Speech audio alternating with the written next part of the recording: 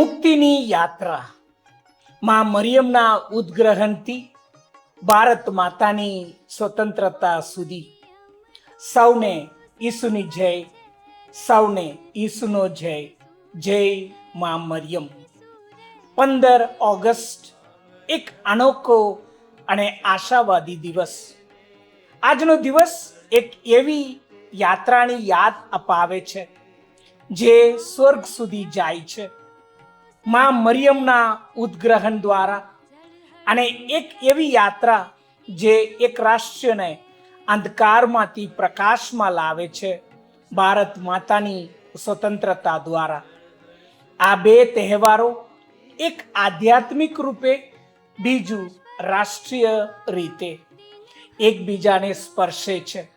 બંને મુક્તિના પર્વ છે, બંને આશાની ઝાંકી આપે છે, બંને જીવનમાં શ્રદ્ધા અને ત્યાગ દ્વારા આવી રહેલી વિજય ગાથા છે. માં મરિયમનું ઉદ્ગ્રહણ આશાની નિશાની. માં મરિયમ ઈસુ ખ્રિસ્તની માતા એ માત્ર ઇતિહાસના પાત્ર નથી, પરંતુ વિશ્વાસીઓ માટે એક જીવંત આશા છે. બાઇબલમાં લખાયું છે, સૌ સ્ત્રીઓમાં તું ધન્ય છે અને ધન્ય છે તારી કૂખનું બાળક. મરિયમે ઈશ્વરની આગળ નમ્રતાથી પોતાના જીવનના દરવાજા ખોલી દીધા. જ્યારે ગબ્રિએલ દેવદૂત તેમને આશ્ચર્યજનક સંદેશ આપે છે કે તેઓ ઈશ્વર પુત્રને જન્મ આપશે, ત્યારે તેમના મોઢેથી નીકળેલા શબ્દ આપણને આજે પણ પ્રેરણા આપે છે. હું તો ઈશ્વરની દાસી છું, તારી વાણી મારા વિશે સાચી પડો. હા, એ મરિયમના ઉદ્ગ્રહણનું બીજ હતું. સમગ્ર જીવનભર તેમને ઈસુના જીવન અને દુઃખમાં સહભાગી થવાનું પસંદ કર્યું. દુઃખ હોવા છતાં એમના પાવન વિચારો અને ઈશ્વર પ્રત્યેના વિશ્વાસ અડગ રહ્યો. કેથલિક વિશ્વાસ મુજબ મરિયમે પોતાના મરણ પછી શરીર અને આત્મા સહિત સ્વર્ગમાં લઈ લેવામાં આવ્યા. એને કહેવાય છે ઉદ્ગ્રહણ, અસમ્પશન. પવિત્ર શાસ્ત્રમાં દર્શનના ગ્રંથમાં લખાયું છે, આકાશમાં એક અદ્ભુત ચિહ્ન દેખાયું.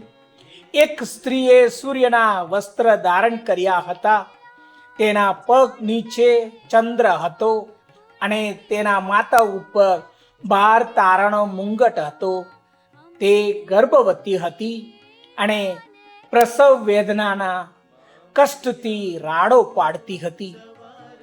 આ પ્રતિમા ઈશ્વર માતાની મહિમાનું ચિત્ર છે. મરિયમનું ઉદ્ગ્રહણ એ વિશ્વાસીઓ માટે ખાતરી છે કે જેમ તેમણે ભગવાન માટે હા કહ્યું, તેમ આપણે પણ કહીએ તો એ નમ્રતા અને વિશ્વાસ આપણને પણ મહિમા તરફ દોરી જશે. ભારત માતાની સ્વતંત્રતા, ધરતી પરની સ્વતંત્રતા, લોકોની સ્વતંત્રતા, મુક્તિની સ્વતંત્રતા. અમે મરિયમનું ઉદ્ગ્રહણ સ્વર્ગે લઈ લેવામાં આવે છે એ મનાવીએ છીએ. બીજી તરફ ભારત માતાની મુક્તિ એક પ્રકારની સ્વતંત્રતા છે. ગૌરવથી ઊંચા થવાનું, ગુલામીમાંથી નવજીવન તરફ આગળ વધવાનું અને મનાવવાનું પર્વ છે.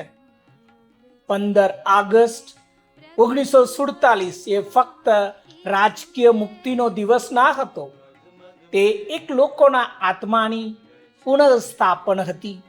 કરોડો લોકોએ પોતાની જાતની ભેટ આપી.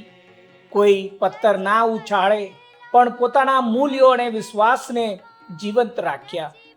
જે મરિયમે ઈશ્વર માટે પોતાનું બધું ત્યાગ કર્યું, તેમ આપણા દેશના મુક્તિ માટે દેશભક્તો અને સેનાએ પણ હું મારા દેશ માટે જીવવાનો અને મરવાનો છું એમ કહ્યું. જે મરિયમે ઈસુ સાથે ઊભી રહી દુઃખ સહન કર્યું, તેમ દેશના ભવિષ્ય માટે કેટલીય માતાઓએ પોતાના પુત્ર ગુમાવ્યા, પરંતુ આશા ના ગુમાવી. ગાંધીજી કહે છે, સ્વતંત્રતા કોઈ એક દિવસનો ચમત્કાર નથી, તે શિસ્ત, ધીરજ અને ત્યાગથી મેળવાય છે. આજના યુગમાં આપણે પણ ઘણા પ્રકારની ગુલામીઓ ભોગવી રહ્યા છીએ. અભાવ નહીં હોવા છતાં અસંતોષ, ટેકનોલોજી હોવા છતાં એકાંત, મનોરંજન હોવા છતાં શાંતિનો અભાવ, મિત્રતા હોવા છતાં હૈયામાં ખાલી જગ્યા. ખ્રિસ્તી તરીકે જીવવું આજના યુગમાં સરળ નથી, પરંતુ એ મુશ્કેલ નથી. માં મરિયમ એ સાબિત કરે છે કે નમ્ર અને વિશ્વાસુ વ્યક્તિ પણ ઇતિહાસ બદલી શકે છે. ખ્રિસ્તની સાથે હું પણ ક્રૂસે ચડાયેલો છું, એટલે હવે જે જીવે છે તે હું નથી જીવતો, પણ ખ્રિસ્ત મારામાં જીવે છે. આ નશ્વર દેહે હું જે જીવું છું તે મારા ઉપર પ્રેમ રાખનાર અને મારે ખાતર પોતાની જાત સમર્પી દેનાર ઈશ્વર પુત્ર ઉપરની શ્રદ્ધાને આધારે જીવું છું. સંત પૌલના પત્રમાંથી ગલાતીના ધર્મસંઘ પર લખાયેલ આ પવિત્ર વચન છે. એટલે આપણી અસ્તિત્વની રીત બદલી જાય છે. જો માં મરિયમ ભગવાન માટે જીવી શકે તો આપણે પણ ઈશ્વરના પ્રકાશના વાહક બની શકીએ છીએ. મદર તેરેસાએ મરિયમ જેવી નમ્રતા અને સેવા કરેલ લોક લાડીલા છે. પોતાના જીવનથી તેઓ દર્શાવે છે કે પ્રેમ કરવો એ મોટું શાસ્ત્ર છે. Spread love everywhere you go. ચારે તરફ પ્રેમથી તમે તમારા વાણી અને વર્તન રાખજો અને ફેલાવજો. અનેક નેતાઓ, દેશભક્તો નમ્ર રહી પોતાનું શ્રેષ્ઠ દેશને સમર્પિત કર્યું છે. The best way to find yourself to lose yourself in the service of others. બીજાની સેવામાં પોતાની જાતને સમર્પણ કરેલ છે. આજનો સંદેશ આધ્યાત્મિક અને સામાજિક મુક્તિ છે.